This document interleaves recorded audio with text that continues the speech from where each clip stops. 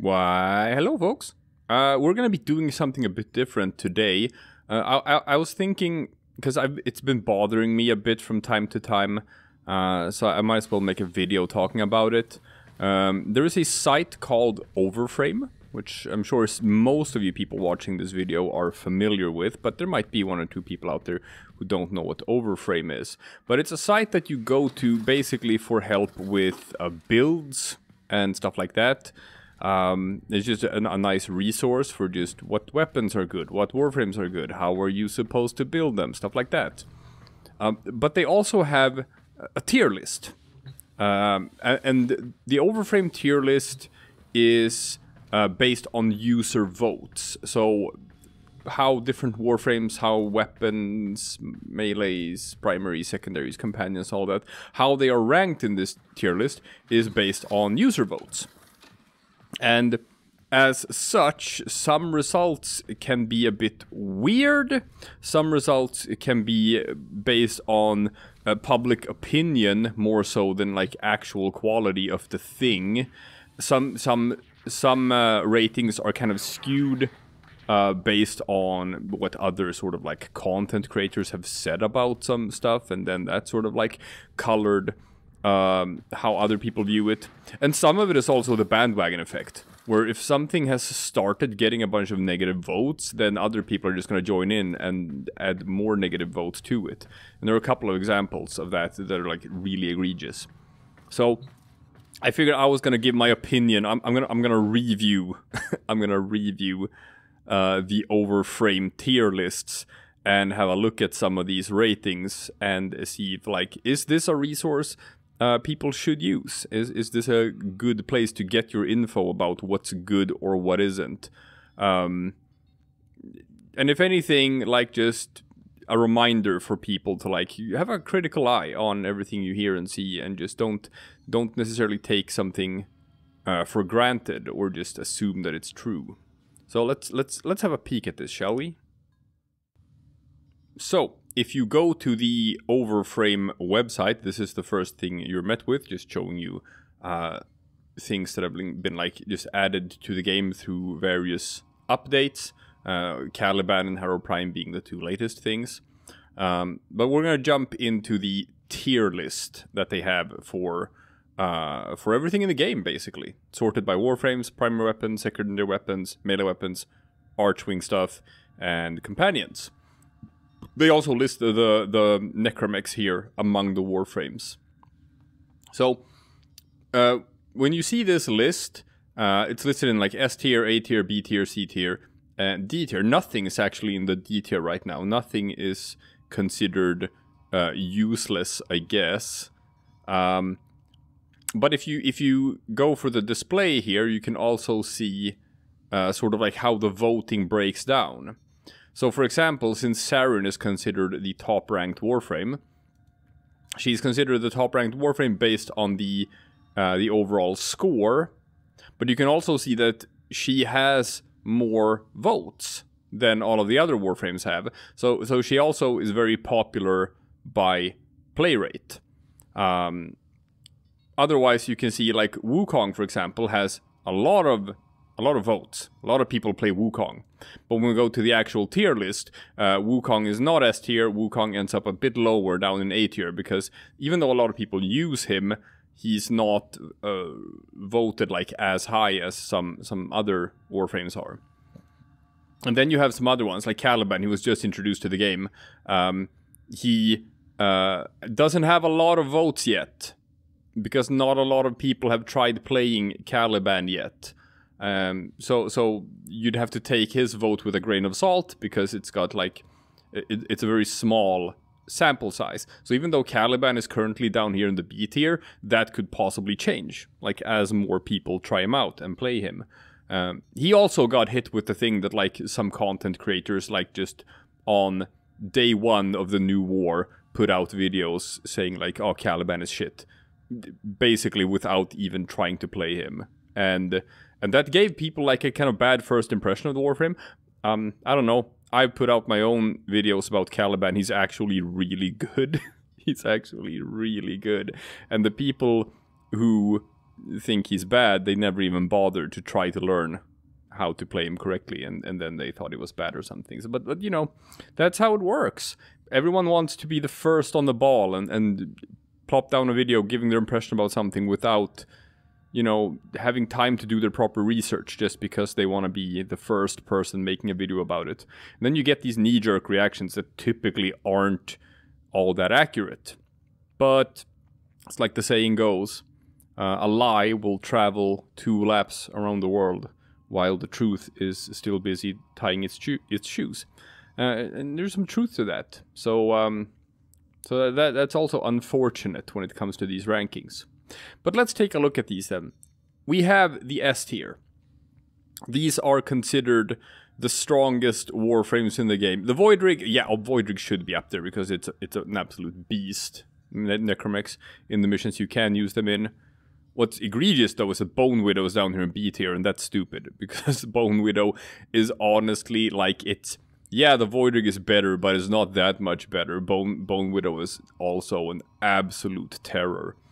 Bone Widow should be up here in the strong A tier, so that's rated way too low. But I guess it's just so, I don't know, it's so polarizing. When there are only 2 Necromechs to choose from, it's very easy to divide them up into the good one and the bad one, if one happens to be slightly better than the other one. But that's the problem. That's what we're at here. Like, the Void Rig is slightly better than the Bone Widow.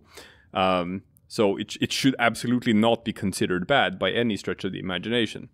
So that sticks out as like the first sort of like really bad rating.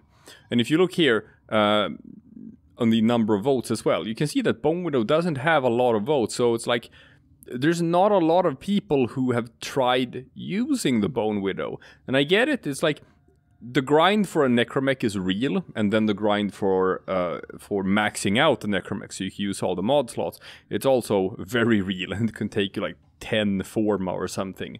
So most people probably only have it in them to get 1 Necromech, and then you get, you know, the Void Rig. And then the Bone Widow just has very poor usage stats, and as a result, just, I don't know, you have to take the vote with a grain of salt. I think a lot of people who give it a bad score also are people who probably haven't even played it. And there are some, you can see some standouts here. We're gonna get to that. Now, as for the actual top 4, it's kind of interesting. No surprise that Saren is ranked up here in the number 1. She probably should be. She's a very popular Warframe. She has a lot of votes on this list. Everyone is pretty much in agreement that she is a very, very powerful Warframe, which she is. She has damage that can scale up into the infinite. You can take her, you know, as far as anything. A DPS goddess. And she's got nice aesthetics as well. Wisp, I have talked about this many times throughout the years, that I think Wisp is overrated. Again, she's a very popular Warframe. Lots of votes here, and that's interesting because she's a late game Warframe. It's kind of hard to get her, and she doesn't have a prime, and people still play her a lot. I'm gonna pull up another website which is quite interesting here, and that is Warframe's official stats that they put out for usage. And you can see which Warframes are being used the most, which primary weapons, secondary weapons, melee weapons are being used the most. You can also see it per mastery rank, which is also interesting to compare this with. So, as you can see here, check it out. Wukong Prime. It's the most popular Warframe. It's even more popular than Excalibur, like double. And Excalibur is one of the starter Warframes. Another interesting thing on this list, it kind of tells you how many veterans this game has now compared to new players. That Volt Prime is actually more played than regular Volt. That's pretty crazy, because Volt Prime is not available all that often. It's usually like when Barrow sells Volt Prime relics. So the fact that more people play Volt Prime than Volt it's a cool stat. But Wisp, she's up there, and barring Excalibur armor counts, but barring the starters, and I guess Rhino as well. If you look at all of these are just primes. Wukong Prime, Mesa Prime, Volt Prime, Saren Prime, Excalibur Umbra, Rhino Prime, Necros Prime. Then we got Cora, who doesn't have a Prime. Octavia Prime, regular Rhino, which is very popular. Inauros Prime, and then you get to like Gauss. So you gotta go like 1, 2, 3, 4, 5, 6, 7, 8, 9, 10, 11, 12. There's like out of the top 15 Warframes, there are starters and primes, basically. And then you have Wisp as number 3. So she is extremely popular. A lot of people play Wisp. Some of it probably comes down to aesthetics and her impossibly shaped butt, which I'm telling you that it lifts her play rate. It does.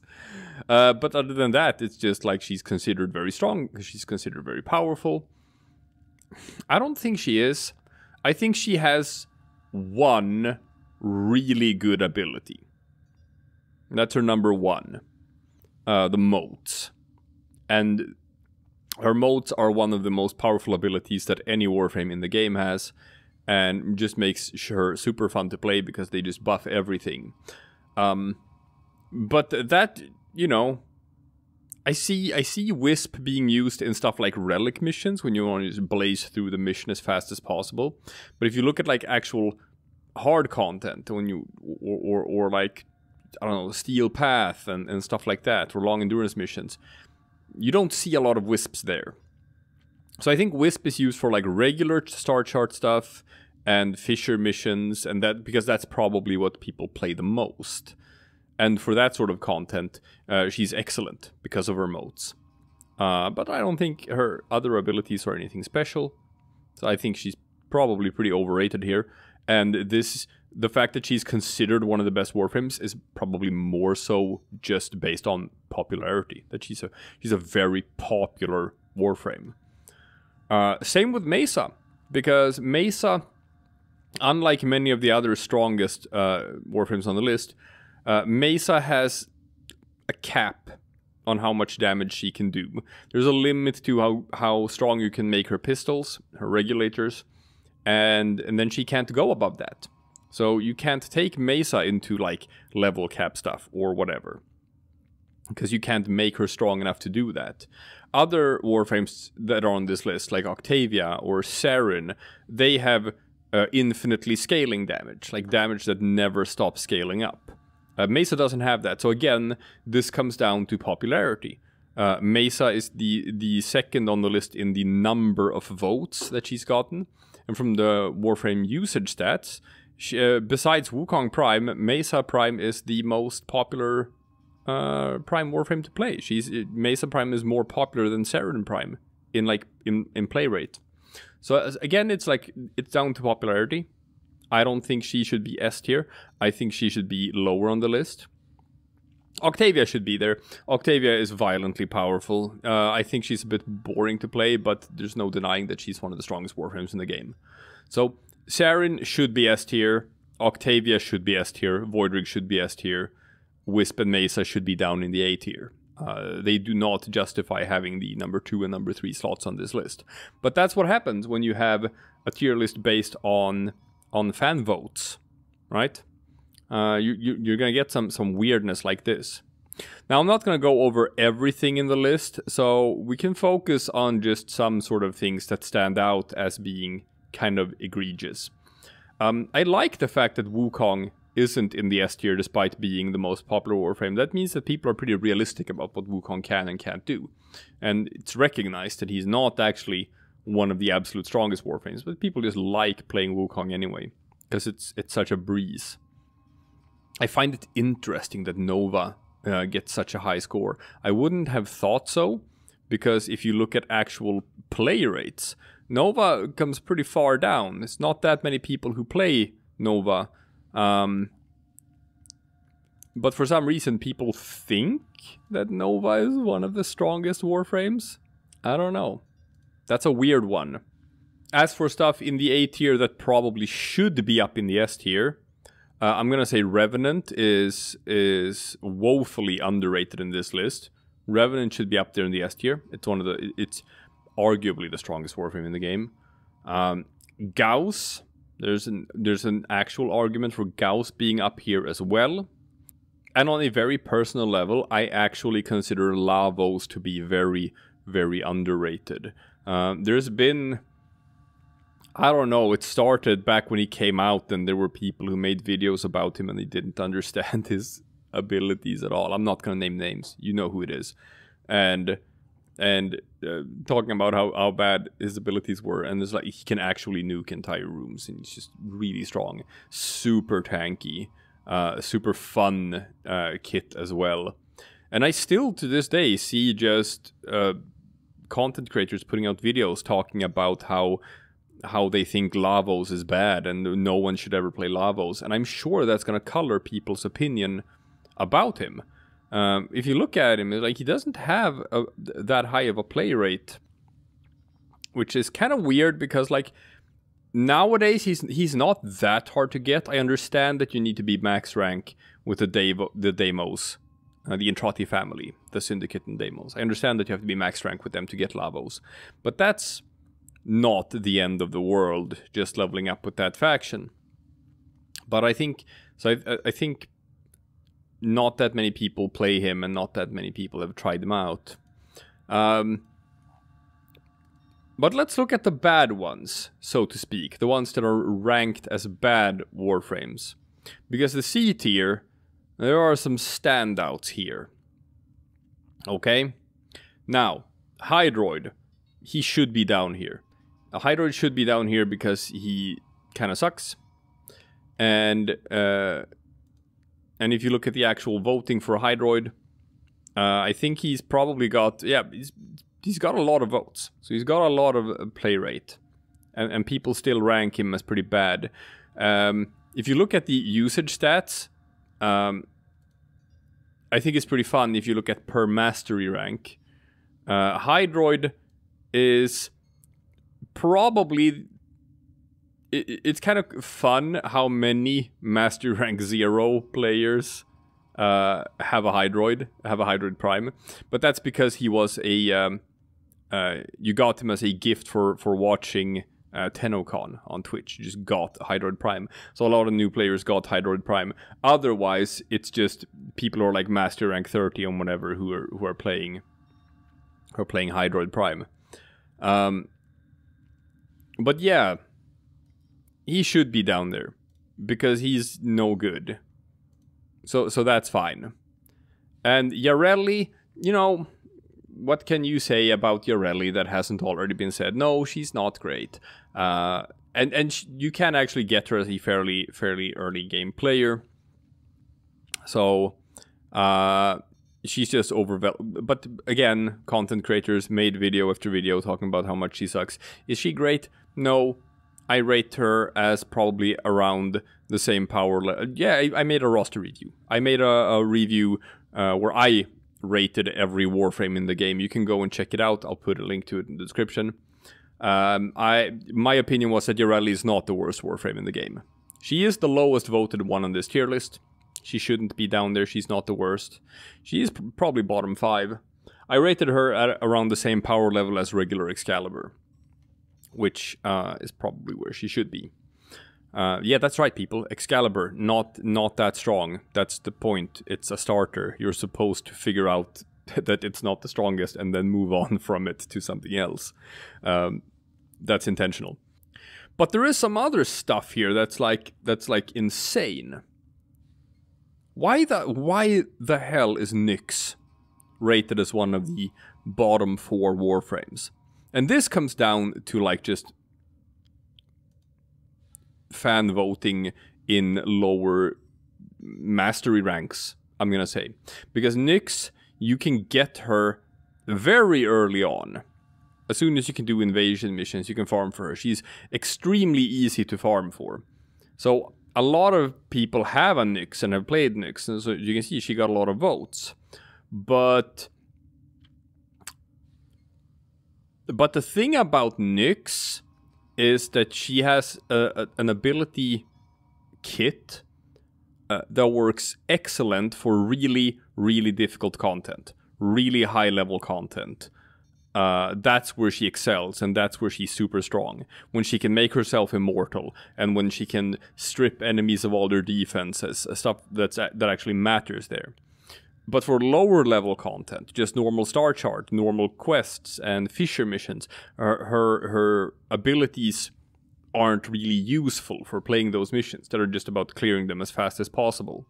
So it's sort of like, it's telling that Nyx gets a low score, that the votes here are probably from people who are mostly at fairly low mastery ranks and haven't pushed themselves in an environment where you really need something like Nyx. So whenever people start playing Steel Path and they try to do it and they're like, oh, this is too hard, I can't kill anything, I don't know how to even get a foothold in and start clearing Steel Path, I usually tell people, use Nyx.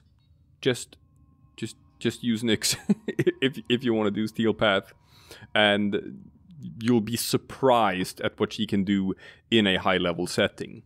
So this is probably the most egregious wrong vote on this list.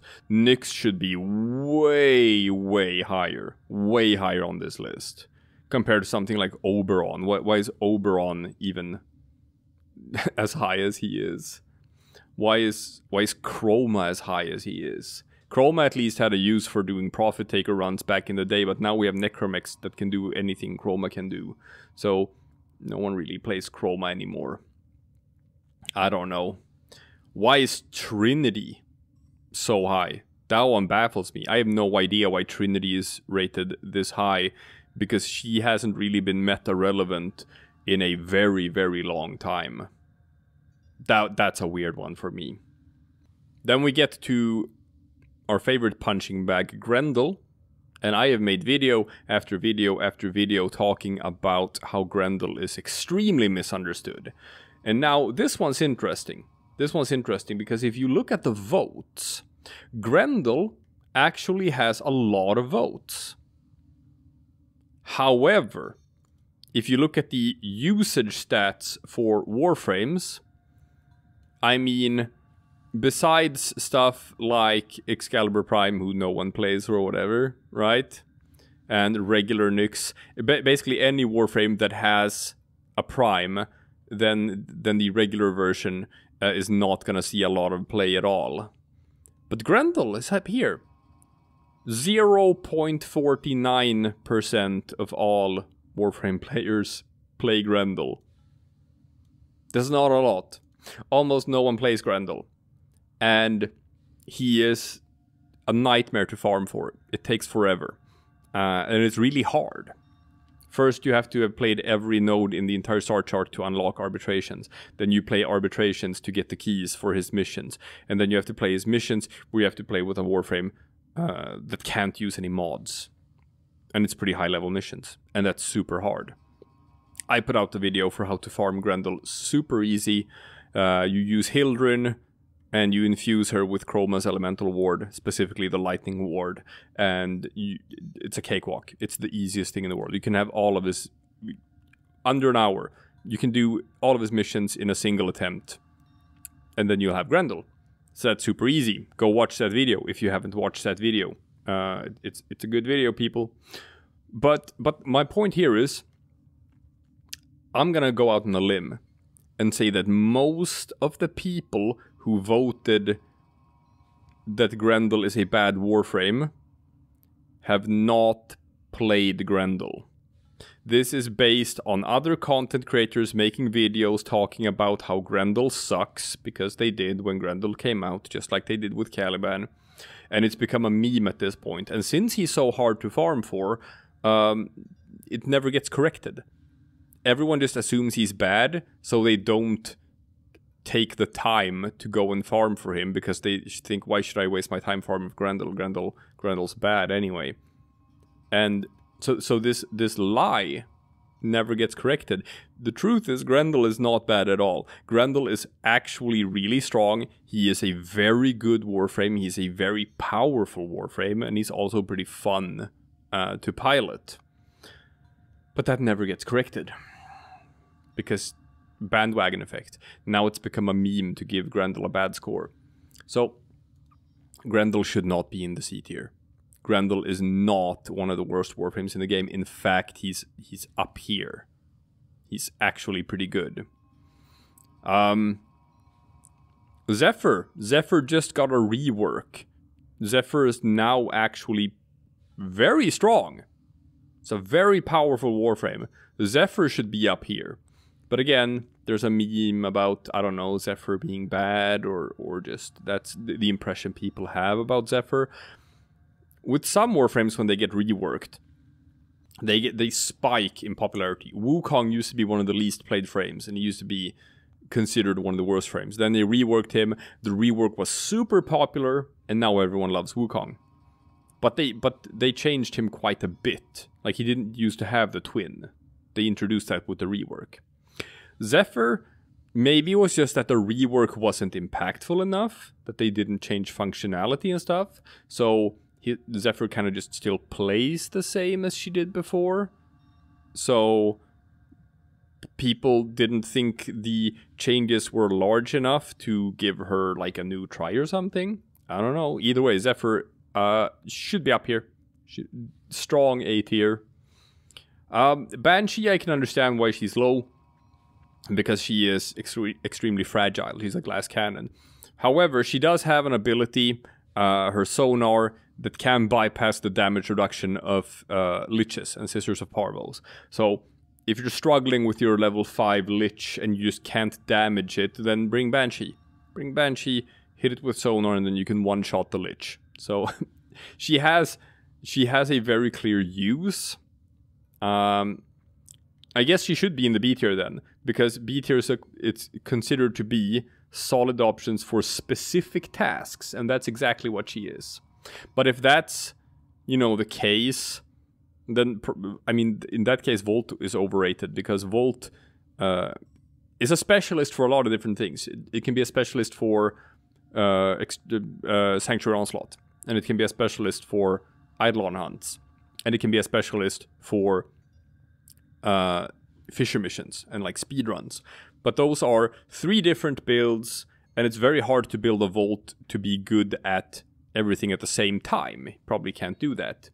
So you have to build Volt a bit differently depending on what you want to use the Volt for. I don't know if you can call that a generalist in the true sense, that you can just take this Warframe and use it for everything, like you can with like Revenant or something. But who knows? Volt's good. Volt can stay up there. Inauros, overrated, I'm gonna say, in the B tier. Because I know Inauros is popular, okay? Inauros Prime is up there in the top 10, top 15 most played Warframes. Which I, to this day, cannot understand why.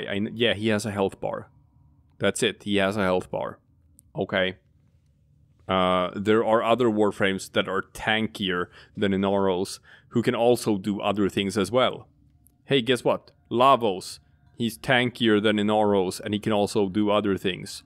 Grendel is tankier than Inauros, but he can also do other things. Inauros has a health bar, and that's all he has. So, if anyone should be down here in the C tier, shouldn't be Grendel. Should be Sandboy here. He is overrated by being in the B tier, I'm gonna say. But other than that, other than the things that I have brought up in this video, I'm gonna still, at the end of the day, say that this tier list is a pretty good resource for getting like a sort of general idea about what is strong or what isn't. Most of these picks I have no issue with. Most of the A tier are things that I would probably also put in the A tier. Most of the things in the B tier are things I would probably also put in the B tier. The C tier is bad because it's based on the bandwagon effect, and this is kind of wrong. Nyx has no business being this low. Grendel has no business being this low. But other than that, it's honestly not a bad list. I know I've sounded critical about it in this video, but it's honestly not a bad list. So if you want to start out with playing this game and you want some help, like figuring out what to go for, what's good, what's not, what should you focus on, you can actually, yeah, you can absolutely use this as a resource. And most of the stuff listed here is pretty on point where it should be rated, power-wise. Caliban is too low as well. But it's not just Warframes. They also have lists for weapons and stuff like that. Now, when it comes to melee weapons, I'm gonna say that it's kind of pointless to make a tier list like this, because most melee weapons, how they play is based on which stance mod you put in and not based on the weapon itself, right? Every hammer that has the same stance mod is going to have the same moveset. It's going to play the same. And then it's just a matter of like stats. 1 point here, 1 point there. And the highest rated stuff is either the things that have forced slash procs or gunblades. So if you want something else, if you just find a melee weapon that you think looks cool, then use it. You can build any melee weapon in the game to be super strong. The only thing I'm going to talk about when it comes to melee weapons and where ratings are wrong is thrown melees. Thrown melee weapons. Like the Falcor, the Orvius, like these throwing discs. And we'll take the lowest rated one, which I think is the Halicar or the normal glaive. But let's take the Halicar, okay? This is considered to be, right, C tier, low C tier, almost down in the D tier. Should it be there? Let's jump into the game, shall we? Okay, so we're here in the simulacrum. Now, let's take a look at this. Here is just a normal Halicar. I have not invested anything into this. No Forma. No Orokin reactor or whatever, okay? And I've just put in the very, very basic stuff that you would use for like a thrown melee. You want something like volatile, quick return to increase the blast radius. You want amalgam organ shatter for some crit damage and heavy attack wind-up speed. Put in pressure point, true steel for crit chance, corrupt charge to increase initial combo, and you actually don't have to have this one maxed out. It's enough to have it at 6 drain to start at 2 combo. So just keep it at that, and you can save some mod capacity. And then I'll just chuck in one of the 60-60 mods. Let's do toxin damage, who cares? And that's it. That's all I have in this. Okay? And then we'll spawn... Let's spawn some level 100 Grineer Lancers. Boom. Now the thing about thrown melees is that you can explode them. So most people, see, you think you're supposed to spam E like you do with a normal melee weapon, and it feels bad and it sucks.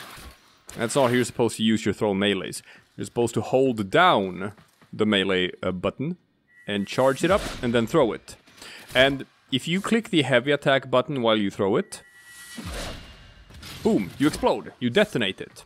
Is that strong? Is that good? Well, let's see what we can do with this Halicar that I've invested nothing in. Like I said, this is level 100 Grineer Lancers. So, whoop, boom, whoop, boom, whoop, boom. And they die. So, this, which is supposedly one of the worst melee weapons in the game, can easily kill level 100 enemies with 0 investment. Nothing. No Forma, no potato, no nothing. So, my point with that is that, like, if you look at the actual list, it's like, oh, Glaive Prime, it's S tier, it's the one. No, all thrown melees in the game are completely busted. Here, I have the upgraded version, the Halakar Wraith. Again, I have put an Orokin Reactor into this one, but no Forma. No Forma at all. And then I've just built it the way that you normally build like a thrown melee. And let's see. So this is with an Orokin Reactor in it. Yeah. Yeah. You do not need the Glaive Prime to do stuff like that. So, not a single thrown melee weapon should be in any sort of D tier or C tier or B tier. They should all be in the A tier, because all thrown melees in the game are absurd. So that goes for stuff like the Halakar, stuff like the Glaive, Falcor, Orvius, Serata, whatever thrown melee you can think of.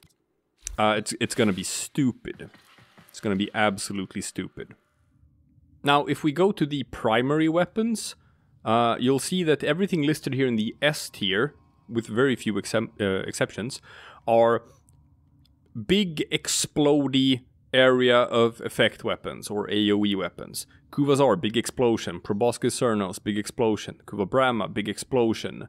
The Rubico Prime sticks out. It's a sniper rifle, but that's considered the meta for doing Eidolon hunts. That's the reason why this one is so high. If it weren't for Eidolon hunts, no one would be using the Rubico Prime. It's not used for anything outside of Eidolon hunts. If you look at the usage stats for primary weapons, the Ignis Wraith is still the most popular weapon, the flamethrower. And I guess it works for like Fisher missions where you just run as fast as you can and you don't even have to aim. You just hold down the fire button and everything dies. And people play that a lot. That's a popular mission type. But, you know, it's not the best weapon in the game. It's just the most used one. So, like, stuff like the Exceltra is better. Kuvabrama is better. Kuvazar is better. But, you know, they're rated higher as well. So that's where they should be. No, the Exceltra is lower than Ignis Wraith. That's wrong. That's wrong. So, nothing really sticks out here. I'm a bit surprised that the Trumna is rated S tier. I thought it would have dropped down a bit because it's not really as good as the rest of these bad boys. It's good, but it's not as good. Then you have the Cedo, which is a shotgun, but that one's also popular because it's really good for spreading a lot of status effects. So you use it as a primer, and then you use like a condition overload melee weapon to actually like hit people after they've had a million status effects applied to them. But besides that, besides the Rubico, the Cedo, and the Trumna, all of this is just big area of effect weapons. That is what is considered the best weapons in the game today.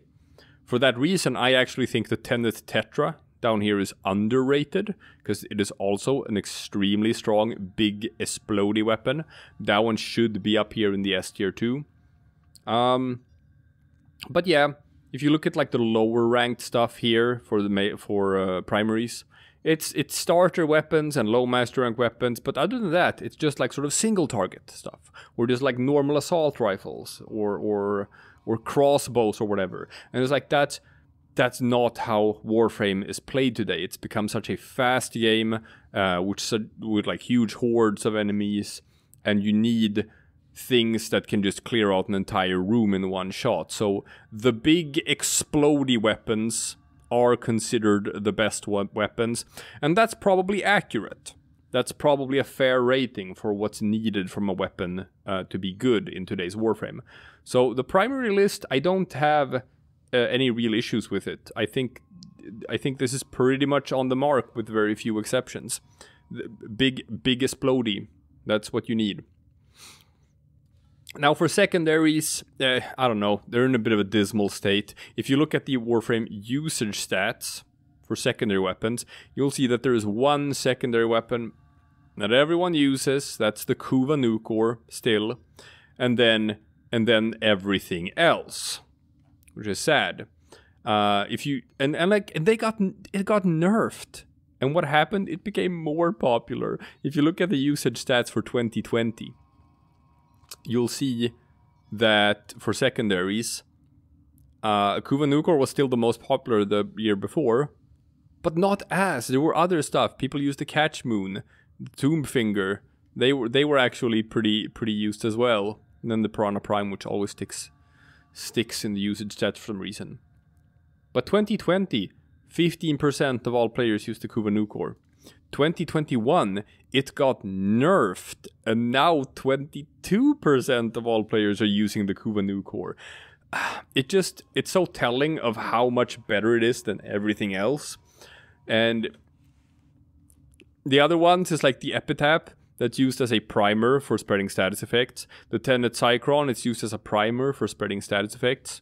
The Acarius is used a lot because it's a bit bugged, so it's got like no fall off on its explosion, so that makes it really strong. Most people don't know about that. we kind of want people to not know about that. I'm a bit surprised that the Piranha Prime still sticks year after year, because it's not one of the best secondaries in the game anymore. It's been overtaken by other things that are stronger. But I guess it's just like tradition to vote Piranha Prime high. It's still used a lot, and it's got the second highest amount of votes after the Kuva Nukor. So people still play it. It's just it's not the best anymore. The Kuva Brak does the same thing as the Piranha Prime does, but better. People don't know about that, I guess. It's a bit weird. Now, Spore Laser is an interesting one because it's rated S tier, and it is one of the best secondaries, and it is a pure damage dealer. It's really strong. But the play rates are pretty low. Only like 2% of all players use the Spore Laser at the same time as everyone is in agreement that it's one of the 3 strongest secondaries in the game. But it's so skewed. It's so skewed for the Kuva Nukor, which is a bit sad. Some of these other ones, like the Kuva Brak is fantastic. Catch Moon is still really good, especially with the new mod that, you know, Hemorrhage, the one that increases the effectiveness of weapons that have forced impact procs. The Catalyst is really strong. The Athrodite is really strong. The Tenedetron is really strong. The Compressa is excellent. But no one ever knows, because everyone just uses the Kuva Nukor. So, I don't know. I'm gonna say with this one, it's also pretty much on point. I don't see a lot of ratings that really stick out as being super bad or anything. What I am gonna say is if you don't, if you're bored of the Kuva Nukor meta and want to try something different, you are not just relegated up tier to the S tier. There is a lot of stuff here in the A tier that is really good. And that you should try out. Some stuff that doesn't belong here. The Sepulchrum kind of sucks ass. I think this is super overrated. The Acarius should be rated higher. The Acarius should be up here. Don't know exactly why the Kuva Seer is ranked as A tier. Maybe because it has like innate corrosive damage, so you can build some weird status combos with this one that you can't build with many other weapons. Or is it innate viral? I don't remember.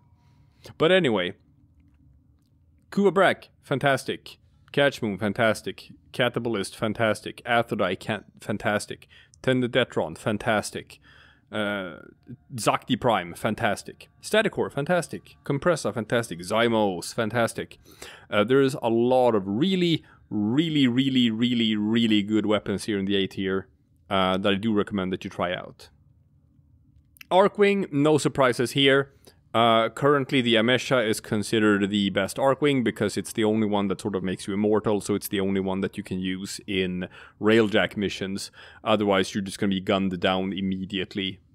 And the other sort of normal Arcwing missions that you can play on the star chart, they're so easy that you can use any of the different Arcwings and it's going to be fine. So the Amesha is the only one that's meta relevant. It's the only one you need to play, or one you have to use basically if you want to play Railjack missions.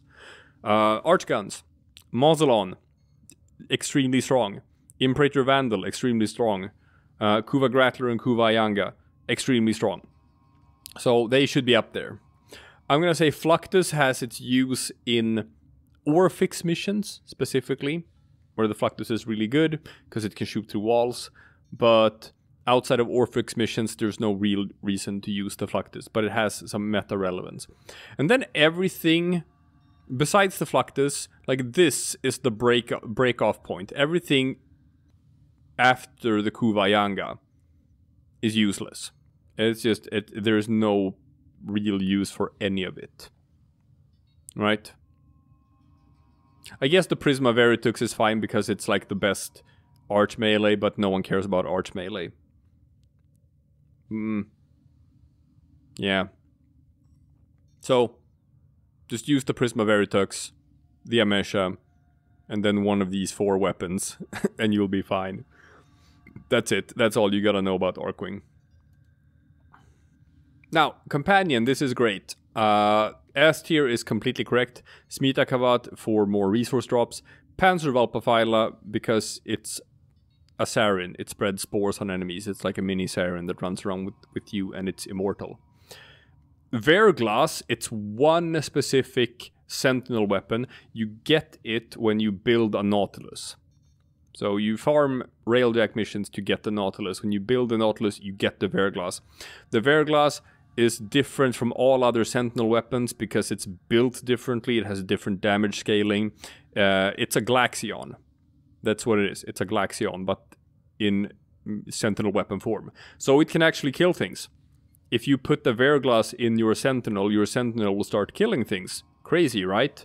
It'll actually start killing things real good. Real high-level enemies. So pick any Sentinel, the Helios, the Carrier, the Death Cube, whatever. Just stuff the Verglass in there and Sentinel's suddenly good. Right? And Helios is the most popular Sentinel. Nowadays it's just for scans. It used to be that you could put the Gladiator set.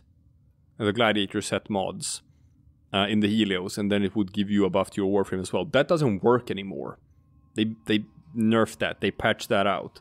So I'm gonna guess Helios is gonna stop being S tier once more people figure that out and change some of their votes. And they're maybe gonna put something else, like the Carrier or the Death Cube is gonna become the new best Sentinel or whatever. Other than that, lowest ranked, like all the other Sentinel weapons. Kubros have fallen behind completely. Kubros aren't really good for much anymore. MOAs are disappointing as well. Most Predasites, most Valpaphylas, not that good. It's just the Panzer Valpaphyla. So this is really it. This is what you see from Companion. So this list is actually pretty correct. Smita Kavats, Panzer Valpaphylas, and some Sentinel with the Verglass. That's it. That's what people play. So, again, this list is pretty good. So, all in all, like my final sort of like just rating, or I'm gonna put this tier list on a tier list. And we're gonna put it in the A tier, the Overframe tier list. It's not perfect. There are some mistakes here. There are some sort of weirdness and some things that are rated wrong. But all in all, it's pretty good. It's a pretty good tier list, and it's pretty useful for a new player to sort of figure out what they should be hunting for. Specifically, the primary weapons, the secondary weapons, the melee weapons, all of those lists are actually pretty on point. You see a bit more of a fluctuation here with the actual Warframe tier list. There's a couple of things here that are more questionable. But in general, it's pretty good as well. Alright, that was the video. Please let me know in the comment section if there was anything you super disagree with and think I'm way off base about, or if there's something on Overframe's tier list that I didn't pick up on that you think is absolutely ass backwards. Because, you know, hey man, if we can make these resources better for new players and spread the word and make sure that some stuff gets adjusted so that it better reflects like an actual good rating, then we're all the better for it. The community is all the better for it. So let me know what you think down below in the comment section, and I will see you again tomorrow for something completely different. Ordis has been counting stars, operator. All accounted for.